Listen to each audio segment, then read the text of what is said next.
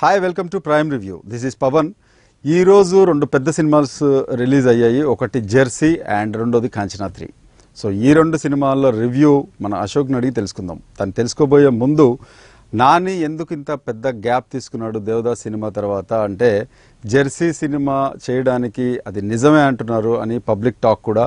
మరి ఈ సినిమా ఎలా ఉంది, అందరు అంచనాలను అందుకుందా, మరి జెర్సీ సినిమా మజిలీతోటి ఏమన్నా పోలి ఉందా? ఎందుకంటే రెండు క్రికెట్ నేపథ్యాలతో వచ్చిన సినిమా అండ్ వెంటనే రిలీజ్ అయిన సినిమాలు కూడా.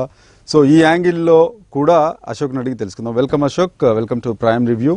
సో ఫస్ట్ ముందుగా ఈ రెండు సినిమాల్లో ముందు మనం నాని సినిమా గురించి మాట్లాడుకుందాం. జెర్సీ ఎందుకు ఇంత లేట్ అయింది నానికి? జెర్సీ అవడానికి గత రెండు సినిమా దేవదాస్ కావచ్చు, అంతకుముందు సినిమా కూడా అన్నీ కూడా ఆయనకి కొంచెం డిజాస్టర్ అయినటువంటి పరిస్థితి. సో మంచి కథను ఎంచుకోవాలి, ఎందుకంటే అతను నాని అంటేనే న్యాచురల్ స్టార్ అని ఒక బిరుదు అనుకున్నటువంటి పరిస్థితి.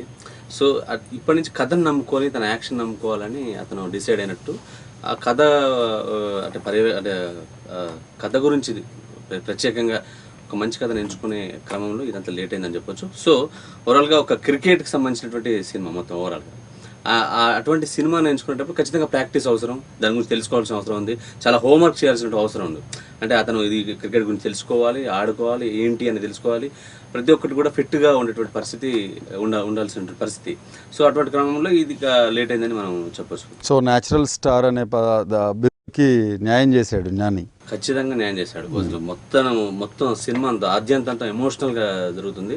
సో నాని అనేది మేజర్ పార్ట్ నాని యాక్షన్ అనేది ఈ సినిమాలో చాలా బాగుంటుంది. అంటే అసలు న్యాచురల్ స్టార్ నాని ఎందుకు అన్నారనేది ఖచ్చితంగా ఈ సినిమా వెళ్ళిపోతుంది. ఎందుకంటే స్టార్టింగ్ నుంచి ఒక ఫాదర్గా, ఒక క్రికెటర్గా, ఒక లవర్గా, ఒక మిడిల్ క్లాసర్గా ఇటువంటి అనేక పాత్రల్లో తను ఒదిగిపోయిన విధానం చూస్తుంటే చాలా 100కి 100% అతను న్యాయం చేశాడని చెప్పొచ్చు నాని గురించి.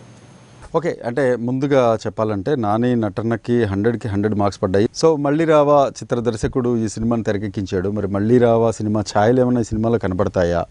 ఆ ఎమోషన్స్ క్యారీ చేయగలిగాడు? అది కంప్లీట్ అది లవ్ స్టోరీ. ఇది వచ్చేసి ఇది ఫ్యామిలీ డ్రామా మొత్తం. సో మళ్ళీ రావా అని ఎంత బాగా తీశాడు అంటే అంటే ఎమోషన్స్కి అతను బాగా ఫోకస్ చేసినట్టు పరిస్థితి గతంలో చూసాం. దీంట్లో కూడా అంతే. సినిమా ఆద్యంతం కూడా ఒకటి ఉంటుంది. అంటే ఒక మిడిల్ క్లాస్ ఫ్యామిలీలో జరిగేటువంటి ఇబ్బందులు, ఒక క్రికెటర్గా ఎదగాలనుకున్నప్పుడు ఉండేటువంటి రాజకీయాల వల్ల ఎదగకపోవడం, అవన్నీ కూడా దీంట్లో చూపించడంలో చాలా అంటే ఒక భార్య దగ్గర, ఒక కొడుకు దగ్గర ఇట్లాంటి ఫీలింగ్స్ అన్నిటి కూడా క్యారీ చేయడంలో కూడా సక్సెస్ అవ్వడంలో మాత్రం గౌతమ్ తిన్నూరి సక్సెస్ అని చెప్పొచ్చు. సో ఈ సినిమా మెయిన్ స్టోరీలోకి వెళ్తే మెయిన్ స్టోరీ లైన్ ఏంటి? ఒక రంజీ ప్లేయర్గా ఉన్నటువంటి పరిస్థితి, అతను క్రికెటర్గా ఎదగాలనుకుంటాడు. ఈ క్రమంలో ఒక అమ్మాయిని ప్రేమించడం, లవ్లో పడడం, పెళ్లి చేసుకోవడం, వీళ్ళ తర్వాత ఒక అబ్బాయి పడడం. అయితే 26 ఏజ్లో క్రికెట్ స్టాప్ చేస్తాడు. తర్వాత ఒక 10 ఏళ్ళ తర్వాత మళ్ళీ క్రికెట్లు మొదలు పెడతాడు. ఎందుకు మొదలు పెడతాడంటే తన కొడుకు గిఫ్ట్ అంటే బర్త్డే గిఫ్ట్గా జెర్సీ అడుగుతాడు. జెర్సీ కొనడానికి 500 రూపాయలు. అంటే రంజీ ప్లేయర్ కొనడానికి జాబ్ ఉంటుంది దానికి, కానీ ఆ జాబ్ పోతుంది.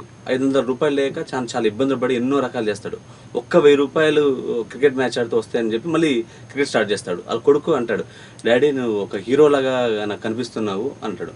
తన కొడుకుని ఆనందపడటానికి అతను మళ్ళీ క్రికెట్ ఆడతాడు. అసలు క్రికెట్ ఎందుకు స్టాప్ చేశాడు ఈ 10 ఇయర్స్ అనేది ఇక్కడ మెయిన్ థీమ్ అనమాట. లాస్ట్లో రివీల్ చేస్తారు. అంటే ఆ సస్పెన్స్ చూడాలంటే సినిమా చూస్తేనే థ్రిల్లింగ్ అనమాట. సో ఆ ఎమోషన్ అంతా క్యారీ అవుతుంది సెకండ్ హాఫ్లో. ఐ థింక్ ఇదంతా ఈ స్టోరీ నేరేషన్ జెర్సీ కొనడానికి అతను మళ్ళీ అట్ ద ఏజ్ ఆఫ్ 36 మళ్ళీ ఆ జర్నీ స్టార్ట్ అవ్వడానికి, క్రికెట్ లైఫ్ స్టార్ట్ అవ్వడానికి. So must be very emotional, right? Yes correct అండి, చాలా ఎమోషనల్గా ఉంటుంది.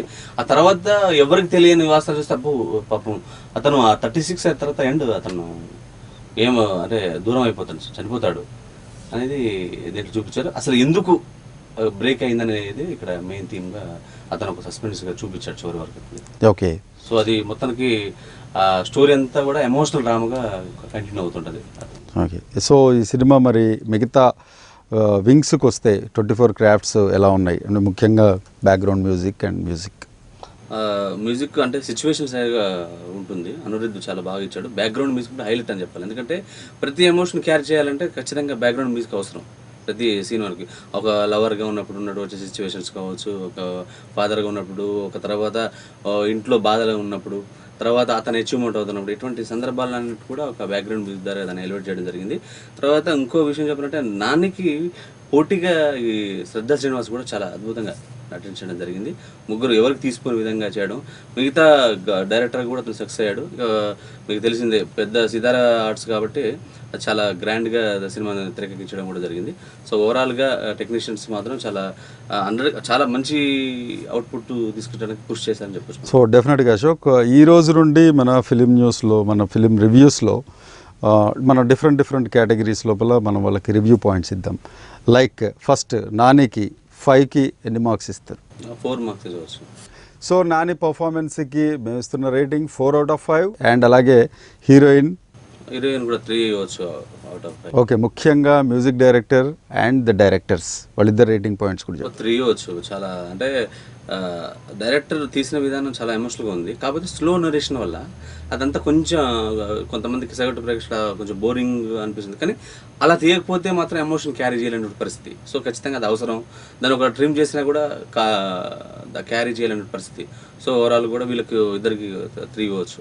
Okay, thank you Ashok. So winner కదా రివ్యూ ఆఫ్ జెర్సీ. సో ఓవరాల్గా ఒక సినిమా పర్ఫార్మెన్స్లో 24 క్రాఫ్ట్స్ ఉంటాయి. ఒక్కొక్కసారి కొన్ని సినిమాల లోపల పాటలు బాగుంటాయి అంటారు, కానీ సినిమా ఫెయిల్ అవుతుంది. సినిమా సక్సెస్ అయినప్పటికీ కొన్నిసార్లు సాంగ్స్ కూడా బాగోవు. సో ఈ రోజు నుండి మన ప్రైమ్ రివ్యూ రేటింగ్స్లో డెఫినెట్గా మనం అన్ని వింగ్స్కి డిఫరెంట్గా, అంటే ముఖ్యమైన డైరెక్టర్ విభాగం కావచ్చు, లేదా మ్యూజిక్ డైరెక్షన్ కావచ్చు, హీరోయిన్స్ పర్ఫార్మెన్స్ కావచ్చు. సో 4-3-3 అని చెప్పాడు Ashok. So overall cinema performance చూసుకున్నట్టయితే 3/5 జెర్సీ.